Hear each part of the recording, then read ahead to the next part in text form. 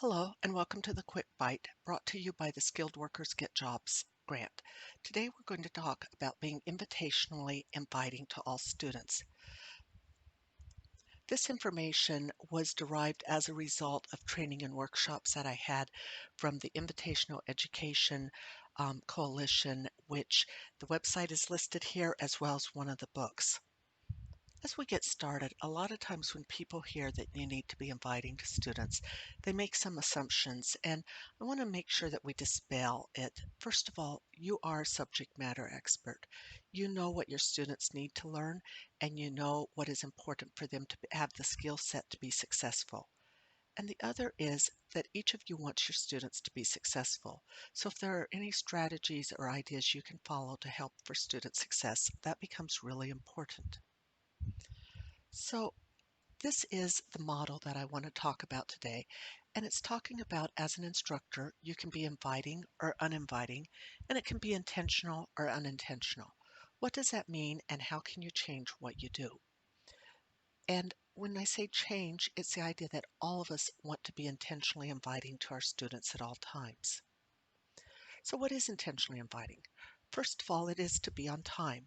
And this can be with a seated class where you're in your classroom ahead of time at the door ready to greet students, or if you're doing something online and have the class with a Zoom meeting, for example, be there about 5 minutes early so that you're there before the class starts. Make sure you check out the technology. Once again, seated or online class. In class is not the time to learn something new. Practice ahead of time. If I'm having a Zoom meeting and want to use a new feature, I ask a couple of my colleagues to come to a meeting ahead of time so I can make sure it works. Make sure you have a clear syllabus. Students need to know what your expectations are and what you're going to count as important or something that really doesn't matter. Learn people's names. It can be really overwhelming at times. Some semesters I've had as many as 125 new students, but try to come up with your plan of how you're going to learn their names. And give feedback in a timely manner. I think this is important if the class is seated or online, but when it's online especially, students can feel like they're submitting work and have no idea of how they're doing. Timely feedback is very important. Now, how can you be unintentionally inviting?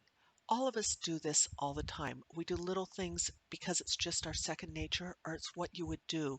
But if someone asks you, well, why are you successful for it? And you have the, I don't know, I just am, that's being unintentionally inviting a lot of times. And the best example I have is from my second or third year of teaching. And I was walking down the hall of our building and a student stopped me and said, what's your name? Well, I was an adjunct instructor at the time, and that felt a little bit scary. But I told her and I said, out of curiosity, why do you want to know? And she said, because you're always smiling when you walk down the hall, and I'd like to take a class with someone who's happy to be there. Think about that. A student stopped me because I looked happy to be there. I changed that unintentionally inviting of smiling as I walked down the hall to making sure that as I left my office or when I was talking to people, I did not let the frustrations maybe of the morning or of work come into play, but let students know that I was happy to be there. Another example is being unintentionally uninviting. This means that you don't know that you're doing it, and so how can you change it? And sometimes it requires to ask students for feedback. I had a coworker, and his students told him on his evaluations all the time he got, for the do you feel comfortable for asking questions question, he would get no from students, be ranked really low. And it really hurt him because he was going, I'm a great person. Why would people say they can't ask questions? But he was a brave person and he got some of his former students together and he said, I get this low ranking. Can you tell me why? And they go, it's because of how you look. You're scary. We don't want to ask you questions. So he addressed this his first day of the semester and he goes, this might be what you see, but this is what I want you to see. So please ask me questions. He changed something where he was unintentionally being uninviting to moving it to the intentionally inviting square. Now, if you're intentionally uninviting, there's really nothing to say other than Think about what you're doing for a career. If you really don't like being there and you have no qualms about letting students know, you're not happy and neither are your students. And I really think that you want to check and see, do you have anything that you can put in the boxes? Be brave. Ask colleagues, is there something I'm doing that maybe turns students off? Or vice versa, if you notice a colleague doing something, don't just say, wow, you're great. Try to think about why they're great so that they can move it from unintentional to intentional. A quote by Maya Angelou really does say it best, in my opinion. I've learned that people will forget what you said, people will forget what you did, but people will never forget how you made them feel.